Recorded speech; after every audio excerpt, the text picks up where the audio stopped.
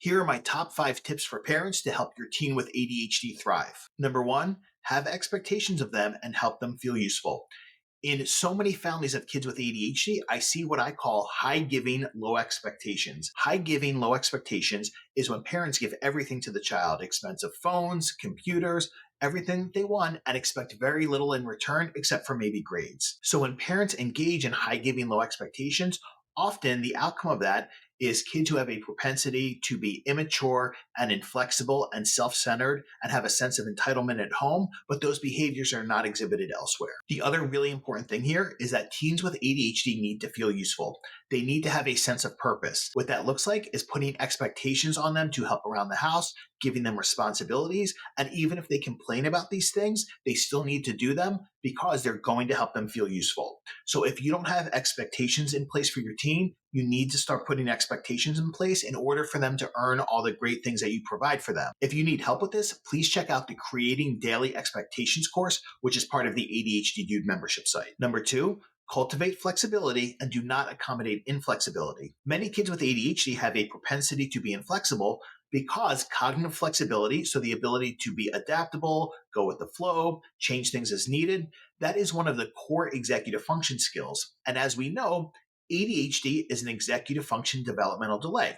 So it's very normal for teens with ADHD to have a propensity to be inflexible, get stuck on things, and so on. One of the things I've seen for many years is between ages of 14 to 15, and particularly with boys, kids with ADHD have a propensity to become more inflexible if their inflexibility has been accommodated. There is no literature about this, so I came up with a term. I call it the inflexibility tipping point. So if your child's already reached the inflexibility tipping point, you can still change things by stopping accommodation around their inflexibility. I will be honest with you, it's going to take longer, but you can absolutely do it. If your child has not reached that age yet, we want to really work on not accommodating their inflexibility and cultivating flexibility because that is a critical life skill. I have a bunch of videos at the ADHD Dude YouTube channel where I talk about cultivating flexibility in kids with ADHD. Number 3, by age 14, we need to have realistic conversations with kids about options for them after high school. With the best of intentions, many parents tell kids you can be whatever you want. Well, the reality is that's not true. Not every kid can be a famous YouTuber. Not every kid can be a video game designer. Not every kid can be a professional basketball player. So this is why we need to start having realistic conversations with kids around age 14. I will tell you with my own son that we were at his psychiatrist's office one time when he was 14, and they were talking about, plans after high school. And he said, I want to be an engineer or something like that. And she explained to him, okay, well, if that's what you want to do, you're going to have to start doing a lot of work in school, which he didn't do. And you're going to have to spend a lot of time doing things that are very challenging for you. So you can do this. However, it's going to be very difficult because this is something you're not used to doing. So that was an empathetic and realistic way of saying to him that it's probably not realistic for you to be an engineer. And he really didn't even understand what an engineer was, but it was helpful that she had that realistic conversation with him while still being empathetic with him. What I have always explained to kids and what I've shared with parents that I think they should teach their kids is that it's okay if you want to be a famous YouTuber and you have to have a backup plan because millions and millions of other kids also want to be a famous YouTuber, but almost nobody gets to do it. So we have to talk realistically in terms of numbers that many people have dreams of doing something, but there's just certain jobs that very few people get to do. I genuinely believe one of the kindest things you can do for your child is to start having these realistic conversations with them around age 14 so they don't have some lofty dreams that are completely unrealistic. Number 4, help them develop independent problem-solving skills and self-advocacy skills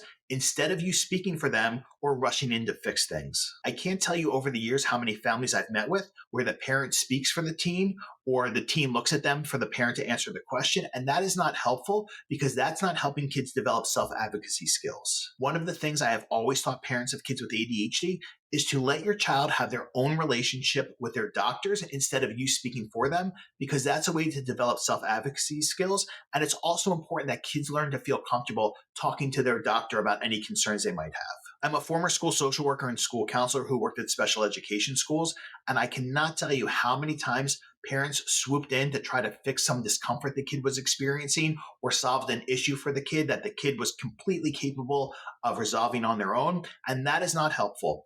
Teenagers need time to develop independent problem solving skills. So when you rush in and try to rescue them, I know you're doing so with the best of intentions, but you're denying them the opportunity to develop this really critical life skill. One of the things I always did with my son when he was a teenager was when he was having a problem with a teacher or something, we would talk about it and I would offer him a few suggestions.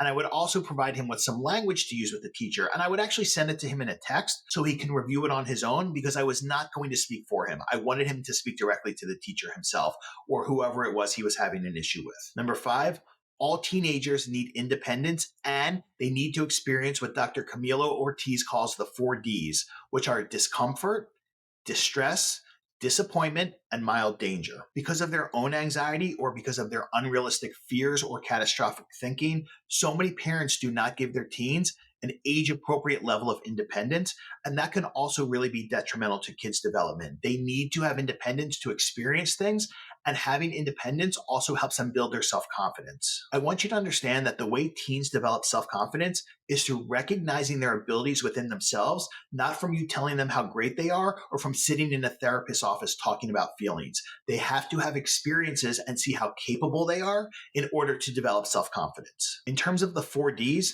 kids need a lot of experience with these because that helps them develop resiliency. It helps them to develop problem solving skills.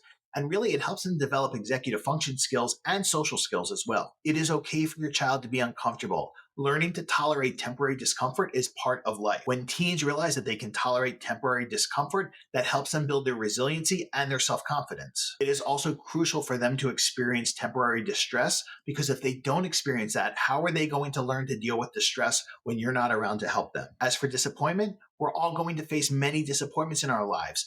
Kids need to understand that disappointments are part of life. Experiencing rejection is part of life, and they can get through it.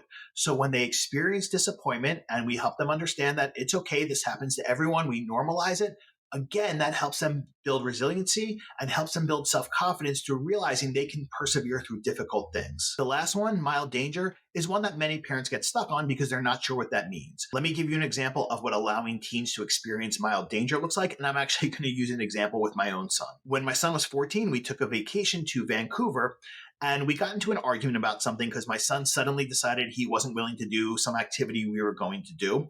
And we happened to be on the subway at the time. And I said to him, okay, you don't want to go? You take the subway back because I'm still going. Now, when I said that to him, I wasn't really expecting him to take the subway back to the hotel, but that's actually what he did. And I will tell you, when he actually went through with it, I was terrified. He was in a city he didn't know. He was on a subway system he didn't know. And granted, we were only 3 stops away from the hotel, but he did it and got back. So that's a perfect example of allowing a teen to experience mild danger. Something could have gone wrong. However, I had to take that risk and give him the independence to have that experience, and he did it. I want to acknowledge that the 5 tips I shared here can be anxiety producing for parents, and they are so important for teens if you want your teen with ADHD to thrive. So please feel free to take a listen to this again, and feel free to leave any questions or comments, and I will speak to you soon. Take care.